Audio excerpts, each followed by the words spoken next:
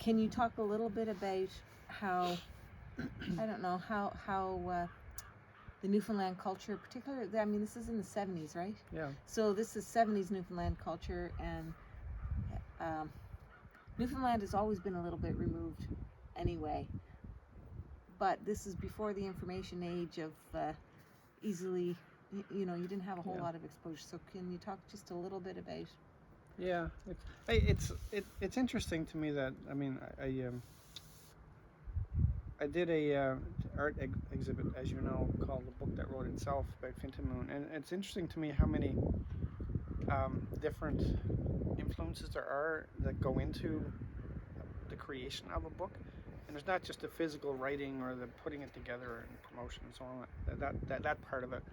It's the fact that I can look at, number one, this is the culture I grew up in terms of my family culture, my family environment, the church, the small town I grew up in by the ocean, being affected by all the people around me in various ways, family, friends, enemies, so on. But there's another part of it too. Like, I remember in the early 70s, in Newfoundland, there was this movement, Codco in particular, the comedy troupe, were at the forefront of that, and they began to turn a sort of a satirical eye on Newfoundland culture. Everything was funny, but man, it was dark. Some of it I went kind of over my head a little bit, even as a kid, but it just felt right on. Like they were telling the truth about Newfoundland, and the truth was, and I think even now people sometimes think this just this happy-go-lucky place. I mean, we've heard people who came on retreat with us in Newfoundland. There was one person in particular. I thought all Newfoundlanders were happy. I thought all Newfoundlanders were poor. No, some Newfoundlanders have money and some are very happy. They tend to be the same people, by the way, but maybe not, maybe true, maybe not true.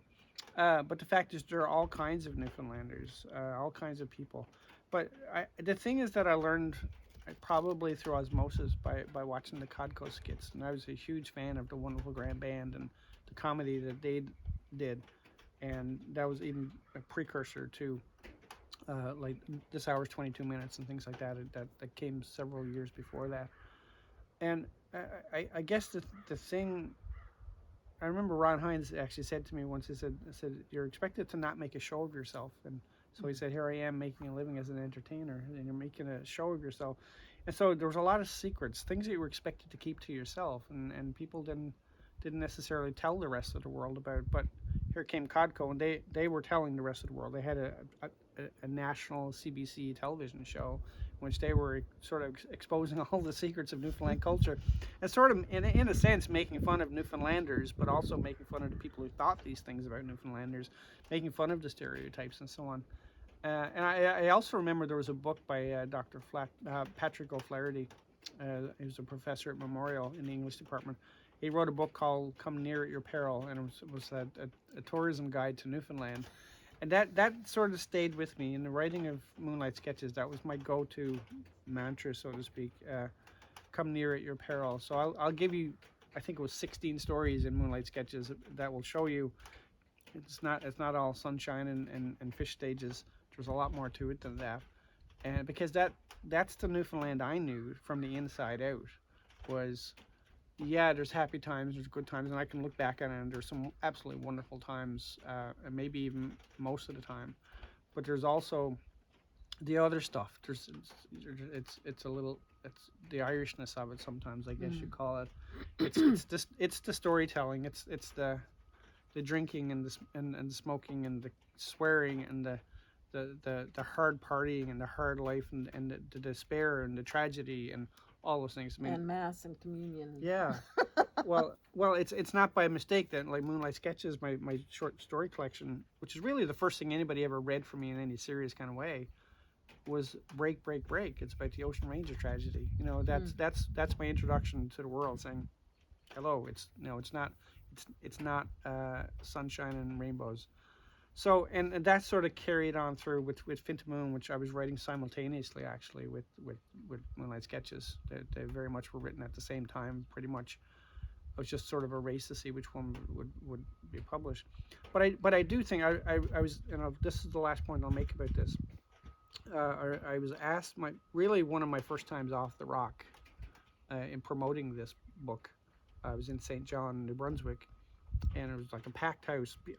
They didn't have any clue who I was, just that I was a Newfoundland writer, and there was just this amazing curiosity, I guess. And somebody said, "So why are there so many great writers coming out of Newfoundland?"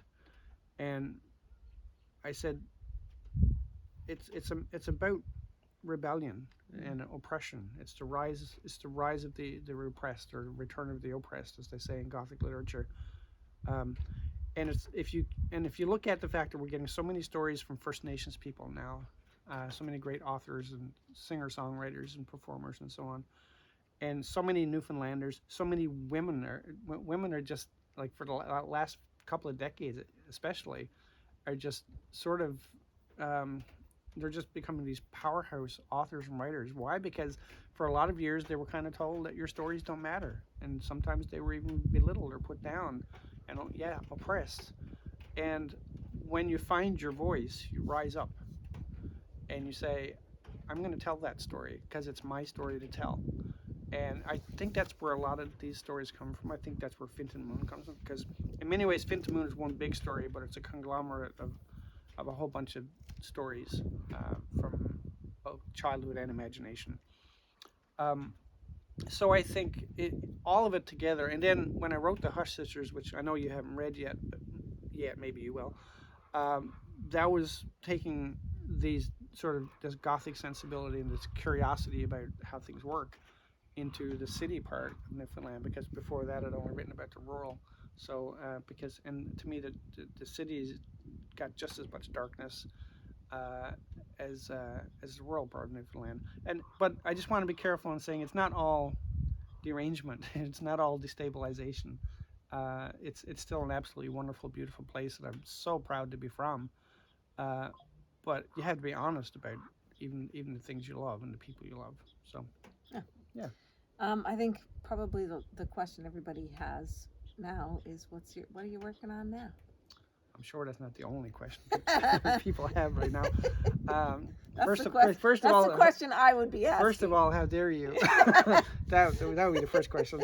But excuse me, I do get asked a lot if there's going to be a sequel to Finton Moon, and the answer is, it's in my head. I have a great idea for a story, and I guess we'll see. And there's a lot of other things I would like to do with Finton, like a musical or a TV series, and so on. But we'll see.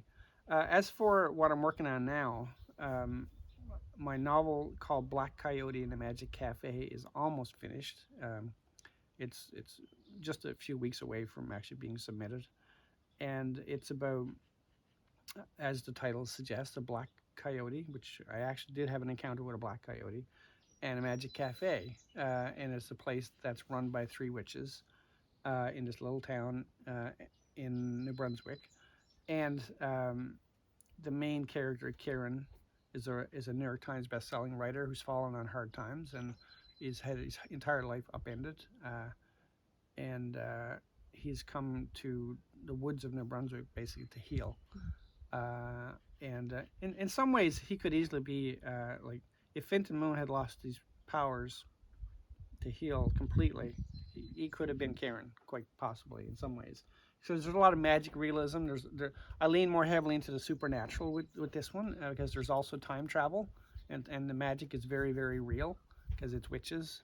So that's what that book is about. That and the rise of fascism in New Brunswick, like minor stuff, fun stuff. Yeah. And I started writing it in 2014, and it's almost done. Thankfully, I haven't really been able to keep up with the news. I watch the news, unfortunately, and it keeps superseding what I'm writing in some sense. So I've gone past trying to predict and more into just trying to say, how do we get ourselves out of this mess? Well, I remember talking to you about some of the stuff that you were writing, and it wasn't long till it was coming true, but you couldn't get it out fast enough. Yeah. So, and I find even now that it's happening on almost a daily basis. And there's even a little bit of that in Canada that's happening, like with upcoming provincial or municipal elections and things, like, because that's what that book, this upcoming book is kind of about is about how that kind of evil, we'll say, begins at the local level. It doesn't always happen in the form of let's say, a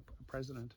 But it's, and the book is set at the time of the rise of fascism in the United States, of course, starting around 2015. I began writing it in 2014, but I set it at pretty much that time. So you'll get a little bit of real time speculation about where all that's going. Cool. Yeah. I'm looking forward to it. Thank you, Jane. Me too, actually. Good. Nice to be almost finished something. Yeah. Yeah. Including this interview, I suppose. So, thanks again. I'm going to edit this down to make it as short as I possibly can. I hope that you find it interesting, at least. Thanks again for reading Finton Moon. Some of you have read it twice, which I really appreciate. Thanks again, Donna, for inviting me, but also to your entire group for inviting me to be part of this. And as I said to you in email yesterday, it's a real privilege to be asked to do this, but in particular to have people read your work, and to talk about it and do a deep dive into it. And I just really, really appreciate it. Thank you.